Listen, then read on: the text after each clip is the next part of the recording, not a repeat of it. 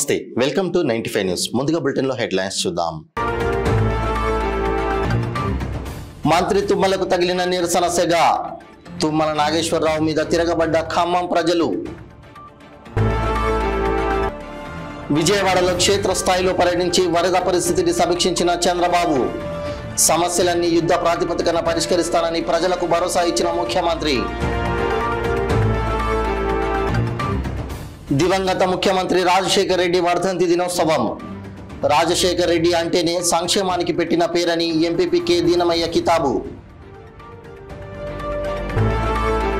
ఇక ఇప్పుడు బులెటిన్లో డీటెయిల్స్ చూద్దాం. మంత్రి తుమ్మల నాగేశ్వరరావు మీద ఖమ్మం ప్రజలు తిరగబడ్డారు. వరద సహాయక చర్యల్లో కాంగ్రెస్ ప్రభుత్వ నిర్లక్ష్యంపై బగ్గుమన్నారు. ప్రకాష్ నగర్ వద్ద చిక్కుకున్న 9 మందిని కాపాడకుండా ఇంటికి పోనీయమంటూ మంత్రి తుమ్మల నాగేశ్వరరావుకు నిరసన సెగ తగిలింది. సీఎం డౌన్ డౌన్ అంటూ స్థానికులు నినాదాలు చేశారు.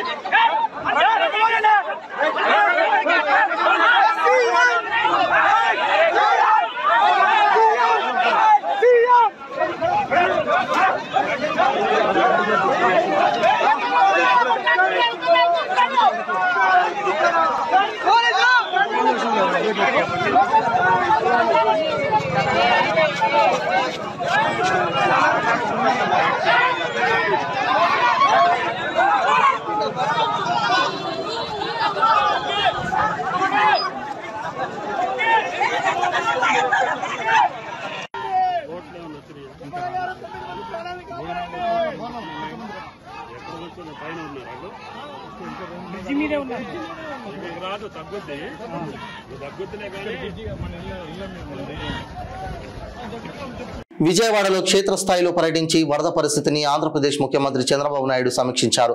పరిస్థితి చక్కదిద్దే వరకు ఇక్కడే ఉండాలని నిర్ణయం తీసుకుని రాత్రంతా విజయవాడ కలెక్టర్ ఆఫీసులో ఉండి గంటకు పరిస్థితి సమీక్షించారు. మొత్తం సమస్యలన్నీ యుద్ధ ప్రాతిపదికన పరిష్కరిస్తానని ప్రజలకు భరోసా ఇచ్చారు.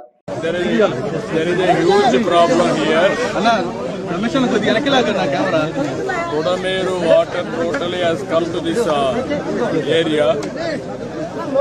ఇది చూసిన తర్వాత చాలా బాధేస్తుంది. కొన్ని వేల మంది చూశాను.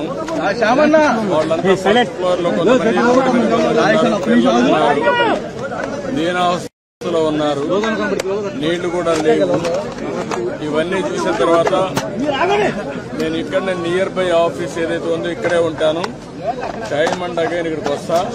రాత్రి కూడా ఇక్కడే ఉంటా. ఉండి వీళ్ళందరికీ న్యాయం జరిగే వరకు మళ్లీ వీళ్ళని సురక్షితంగా బయట తీసుకొచ్చి అన్ని కార్యక్రమాలు చేసే వరకు నేను ఇక్కడే అండగా ఉంటాను. నేను అందరినీ చూశాను. వాళ్ళ బాధలు అయితే వర్ణాతీతం.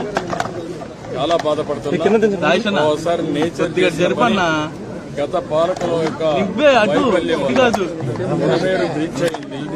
అది ఎవరు నోటీస్ చేయలేకపోయారు ఈ 3 నెలల్లో. అది ఎప్పుడో క్లోజ్ చేసి ఉండాల్సింది.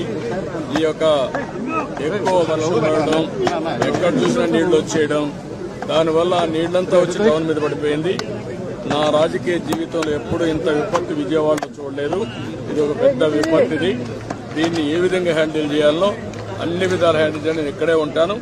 సర్వశక్తి వినియోగిస్తాం. వాళ్ళని పూర్తిగా కాపాడుకుంటాం. నేను ఆ ఇండ్లపై ఉండే వాళ్ళకి అందరికీ ఒకటే భరోసా ఇస్తున్నా. అవసరమైతే మళ్లీ వస్తాను ఇక్కడికి. నేను ఎప్పటికప్పుడు పర్యవేక్షిస్తా. పూర్తిగా వాళ్ళని అన్ని విధాలు రక్షించే వరకు నేను ముందుంటాం.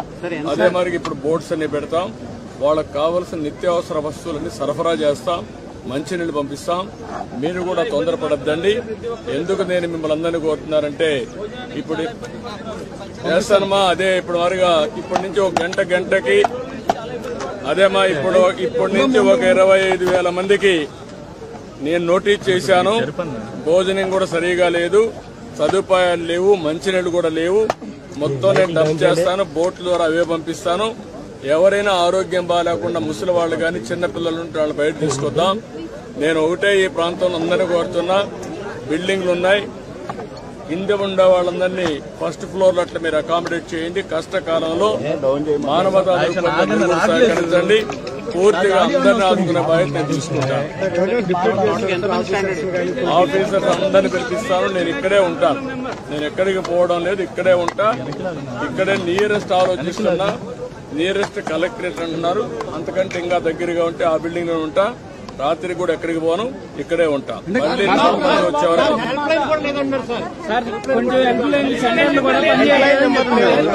మొత్తం హెల్ప్ లైన్ పెడతాను. హెల్ప్ లైన్ పెడతాను. ఇప్పుడే ఇస్తాను. ఆఫీసు పోతానే హెల్ప్ లైనే కాకుండా నేనే కూర్చుంటా. మీకు గంటకి మీకు న్యాయం జరిగే వరకు అన్ని విధాలా కాపాడుకునే వరకు నేను ఇక్కడే ఉంటా. అన్ని చేస్తాను. రెస్క్యూ టీంలు ఇక్కడ ఎన్డీఆర్ఎఫ్ కావాలి, బోట్లు కావాలి. మనుషులు ఉన్నారు కానీ బోట్లు లేవు. ఏం చేయాలి అవన్నీ వర్కౌట్ చేస్తున్నా. బోట్స్ కూడా ఆర్గనైజ్ చేస్తాను. నేను వెళ్ళి కొంచెం ఆర్గనైజ్ చేసుకుని నేను మాట్లాడతాను. Time to time. దివంగత ముఖ్యమంత్రి రాజశేఖర రెడ్డి అంటేనే సంక్షేమానికి పెట్టిన పేరని గుమ్మలక్ష్మీపురం మండలం ఎంపీపీకే దీనమయ్య అన్నారు. పార్వతీపురం మన్యం జిల్లా గుమ్మలక్ష్మీపురం మండల కేంద్రంలో దివంగత ముఖ్యమంత్రి రాజశేఖర రెడ్డి వర్ధంతిని వైసీపీ శ్రేణులు ఘనంగా జరుపుకున్నారు. ఈ సందర్భంగా వైసీపీ శ్రేణులు రాజశేఖర రెడ్డి విగ్రహానికి పూలమాలలు వేసి నివాళులర్పించారు. జోహార్ వైఎస్ఆర్ అంటూ నినాదాలు చేశారు. ఈ సందర్భంగా ఎంపీపీ దీనమయ్య మాట్లాడుతూ రాజశేఖర రెడ్డి హయాంలోనే సంక్షేమ పథకాలు ప్రవేశపెట్టి పేద ప్రజలను ఆదుకున్నారన్నారు. కర్షక, కార్మిక, శ్రామిక, పేద, బడుగు, బలహీన వర్గాలకు ఆయన అండగా నిలిచారని తెలియజేశారు. రైతులకు సాగునీరు అందించడంలో ఆయన చేసిన కృషి మరవలేదని తెలిపారు. ఈ కార్యక్రమంలో MPP Deenamayya, vice MPP Lakshman, ZPTC Radhika, Gummalakshmipuram sarpanch Buttala Gowrishankar, vice sarpanch Kishore, YCP నాయకులు నిమ్మక గోపాల్, కార్యకర్తలు తదితరులు పాల్గొన్నారు. దివంగత ముఖ్యమంత్రి ప్రియతమ నాయకులు రాజశేఖర రెడ్డి గారు వర్ధంతి సందర్భంగా ఇక్కడికి విచ్చేసినటువంటి వైఎస్ఆర్ కాంగ్రెస్ పార్టీ కార్యకర్తలందరికీ కూడా నా హృదయపూర్వక నమస్కారాలు తెలియజేసుకుంటూ, మరి ముఖ్యంగా మండల అధ్యక్షులు కుమ్మరిక దేవమయ్య గారికి, జెడ్పీటీసీ సభ్యురాలు రాధికమ్మ గారికి, ఇక్కడ వైఎస్ఆర్ కాంగ్రెస్ ఆంధ్ర రాష్ట్రానికి ముఖ్యమంత్రిగా పనిచేసినటువంటి ఏకైక ముఖ్యమంత్రి వైఎస్ రాజశేఖర రెడ్డి గారు. రాజశేఖర రెడ్డి గారి పరిపాలనలో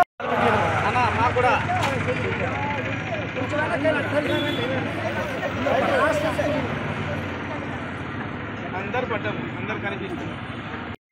వైఎస్ఆర్ కుటుంబ సభ్యులు అందరూ కూడా పెట్టండి.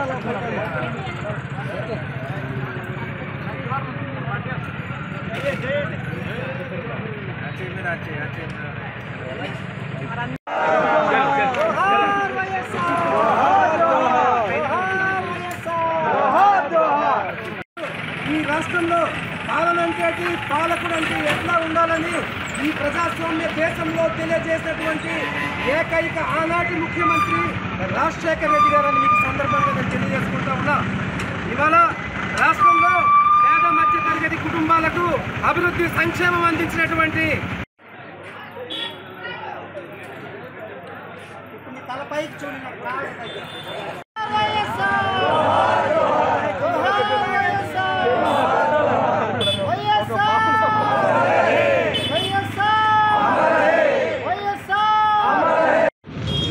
జోహార్ వైఎస్ఆర్, జోహార్ వైఎస్ఆర్, జోహార్ వైఎస్ఆర్. ఈరోజు రాష్ట్ర వ్యాప్తంగా ఆంధ్రప్రదేశ్లో దివంగత మహానేత వైఎస్ రాజశేఖర్ రెడ్డి గారి వర్ధంతి కార్యక్రమాన్ని జరుపుకుంటున్నటువంటి ఈ సందర్భంగా కురుపాం నియోజకవర్గం గుమ్మలక్ష్మీపురం మండలంలో వైఎస్ఆర్ కుటుంబ శ్రేణులంతా 2008 వరకు కూడా రామరాజ్యాన్ని చూసామో, పేదల సంక్షేమాన్ని చూసామో, అభివృద్ధిని చూసాం. రాజశేఖర్ రెడ్డి గారు అని అంటేనే ఒక జలయజ్ఞం, రాజశేఖర్ రెడ్డి గారు అంటేనే ఒక ఆరోగ్యశ్రీ, రాజశేఖర్ రెడ్డి గారు అంటేనే ఒక 108, 104, రాజశేఖర్ రెడ్డి గారు అంటేనే పావుల వడ్డీకి రుణాలు. ఈ రకంగా సంక్షేమ రాజ్యాన్ని అభివృద్ధి. సూర్యాపేట జిల్లా పులిచిత్తల ప్రాజెక్టుకు భారీ వరద కొనసాగుతోంది. 21 రేడియల్ గేట్లను ఎత్తి దిగువకు నీటిని విడుదల చేశారు అధికారులు. ప్రాజెక్టు ఇన్ఫ్లో 5,43,948 క్యూసెక్కులు కాగా అవుట్ఫ్లో 5,43,978 క్యూసెక్కులుగా ఉంది. పూర్తి స్థాయి నీటి మట్టం 175 అడుగులు కాగా ప్రస్తుత నీటి మట్టం 172.537 అడుగులకు చేరింది. పూర్తి స్థాయి నీటి సామర్థ్యం 45.77 టీఎంసీలుగా ఉండగా ప్రస్తుత ప్రస్తుత నీటి నిల్వ 38.4193 టీఎంసీలకు చేరుకున్నది. పవర్ జనరేషన్ 0 క్యూసెక్కులుగా ఉంది.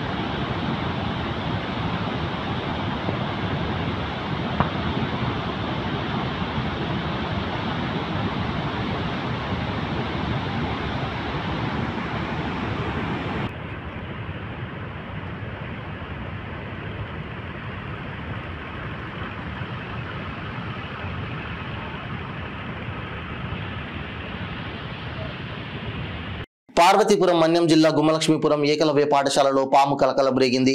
వరుణ్ అనే 6వ తరగతి విద్యార్థిని పాము కాటు వేసింది. హుటాహుటిన భద్రగిరి ఆసుపత్రికి తరలించారు స్కూల్ సిబ్బంది. అక్కడి నుండి మెరుగైన వైద్యం కోసం పార్వతీపురం జిల్లా ఆసుపత్రికి తరలించారు. విద్యార్థికి పాము కరవలేదు, ముళ్ళు గుచ్చుకుందని పాఠశాల సిబ్బంది చెప్తున్నారు. పాము కాట కాదా అనేది పూర్తి నిర్ధారణ కాలేదని వైద్యులు అంటున్నారు. పార్వతీపురం జిల్లా ఆసుపత్రికి విద్యార్థిని హుటాహుటిన తరలించడంపై పలు అనుమానాలు వ్యక్తమవుతున్నాయి.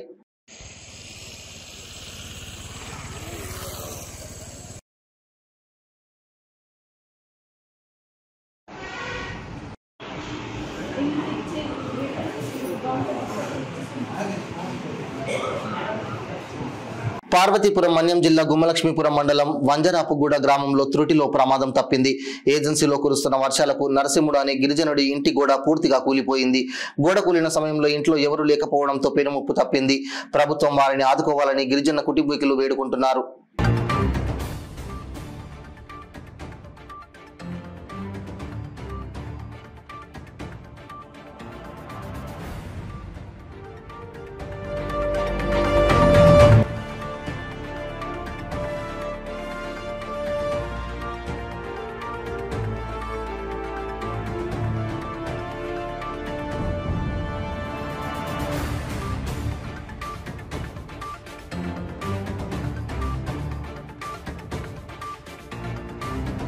సీజనల్ వ్యాధుల విషయంలో ప్రజలు అప్రమత్తంగా ఉండాలని ఎస్టీ కమిషన్ చైర్మన్ మాజీ ఎంపీ శంకర్రావు పిలుపునిచ్చారు.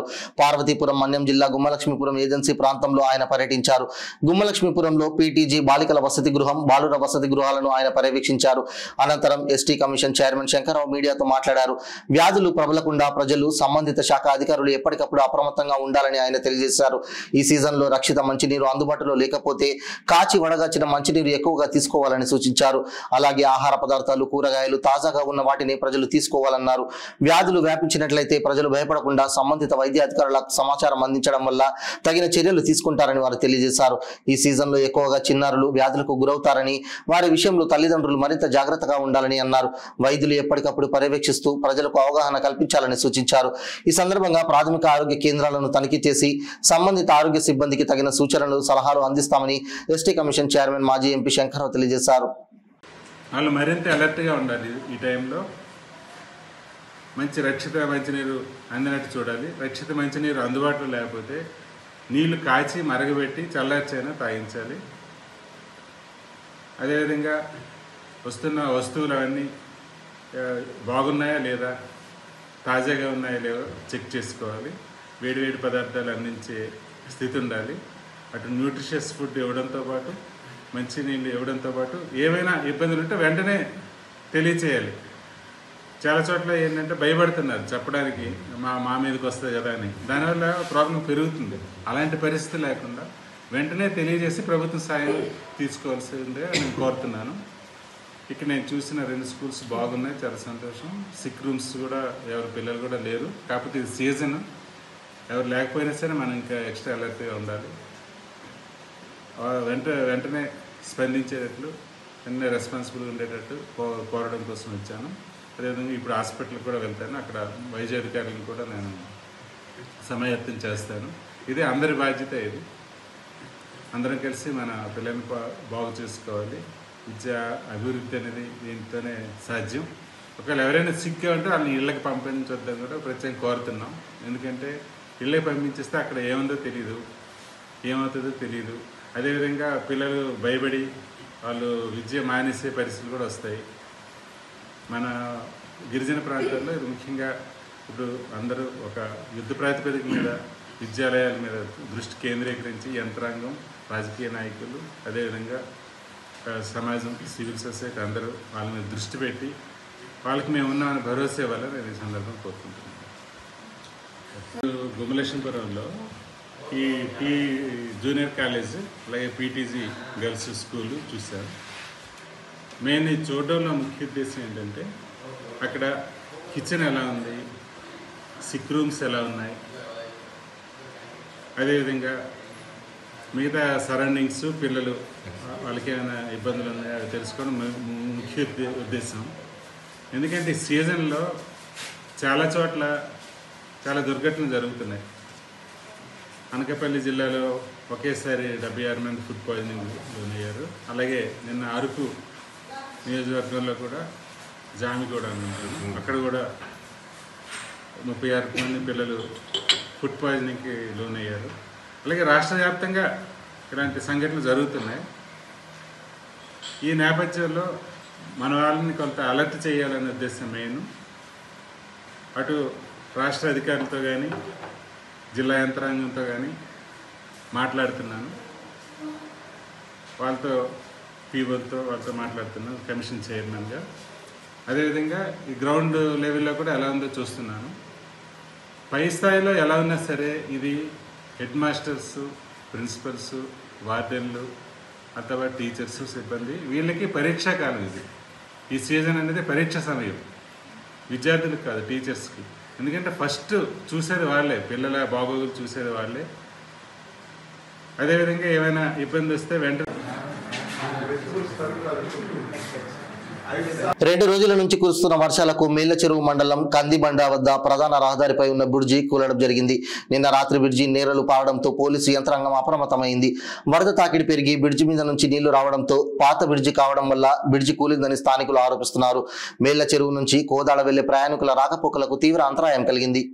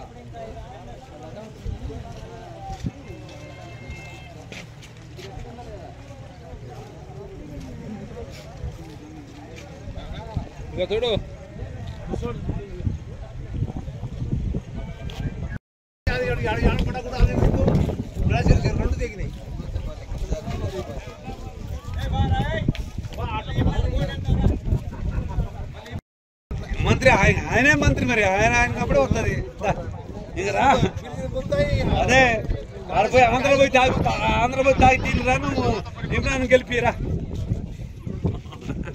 ఇమ్రాన్ గెలిపి ఎవరు గెలిపిస్తారా ఆంధ్రప్రదేశ్ రాష్ట్ర ఉప ముఖ్యమంత్రి పంచాయతీరాజ్ శాఖ మంత్రి పవన్ కళ్యాణ్ 56వ పుట్టినరోజు వేడుకలు పార్వతీపురం మన్యం జిల్లా గుమ్మలక్ష్మీపురంలో జనసేన తెలుగుదేశం పార్టీ నాయకులు ఘనంగా నిర్వహించారు. ఈ కార్యక్రమాన్ని స్థానిక గుమ్మలక్ష్మీపురం గ్రామ సచివాలయంలో వేడుకలు జరుపుకున్నారు. కురుపాం నియోజకవర్గం ఎమ్మెల్యే తోయిక జగదీశ్వరి, రాష్ట్ర తెలుగుదేశం నాయకులు వీరేష్ చంద్రదేవులు ముఖ్య అతిథులుగా హాజరయ్యారు. ముందుగా పవన్ కళ్యాణ్ చిత్రపటానికి పూలమాలతో ఆవిష్కరించి జ్యోతి ప్రజ్వలన చేశారు. పుట్టినరోజు వేడుకల సందర్భంగా కేక్ కట్ చేసి పంపిణీ చేస్తూ ఆనందాన్ని పంచుకుంటూ శుభాకాంక్షలు తెలిపారు. ఈ సందర్భంగా వృద్ధులకు చీరలను ఎమ్మెల్యే చేతుల మీదుగా పంపిణీ చేశారు. అనంతరం రాష్ట్రంలో వన మహోత్సవంలో భాగంగా మండలంలో మొక్కలను నాటే కార్యక్రమాన్ని పెద్ద ఎత్తున చేపట్టారు. ఈ సందర్భంగా ఎమ్మెల్యే తోయిక జగదీశ్వరి మాట్లాడుతూ గ్రామాలను పచ్చదనం పరిశుభ్రంగా ఉంచేందుకు ప్రజలంతా ముందుకు రావాలని ఆమె పిలుపునిచ్చారు. దీనికి సంబంధించి కూటమి ప్రభుత్వం తమకు పూర్తి సహాయ సహకారాలు అందిస్తుందని ఎమ్మెల్యే తెలిపారు. వన మహోత్సవంలో భాగంగా కూటమి ప్రభుత్వం మొక్కలను ప్రతి గ్రామానికి పంపిణీ చేస్తుందని ఆమె తెలిపారు. ఈ కార్యక్రమంలో రాష్ట్ర తెలుగుదేశం కార్యదర్శి వీరేష్ చంద్రదేవ్, సర్పంచ్ బుత్తాడ గౌరీశంకర్రావు, వైస్ సర్పంచ్ కిషోర్, కురుపాం నియోజకవర్గం Janasena party incharge Kadraka Mallesh, Janasena Araku parliamentary కార్యదర్శి రాజా, జనసేన నాయకులు అనిల్, టీడీపీ నాయకులు కొనిక మన్మద, సచివాలయ కార్యదర్శి కిషోర్ తదితరులు పాల్గొన్నారు.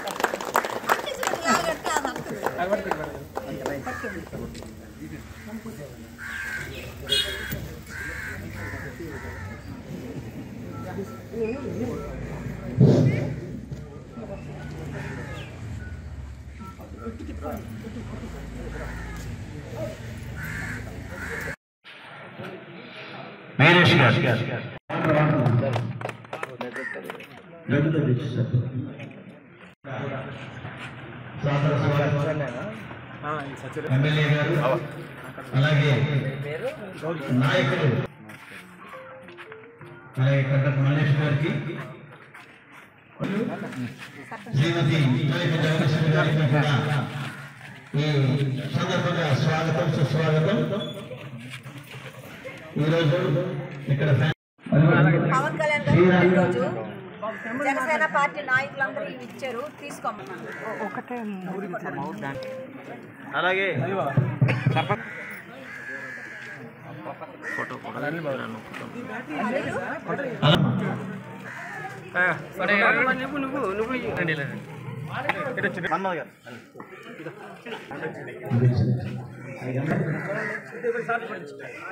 మన మండల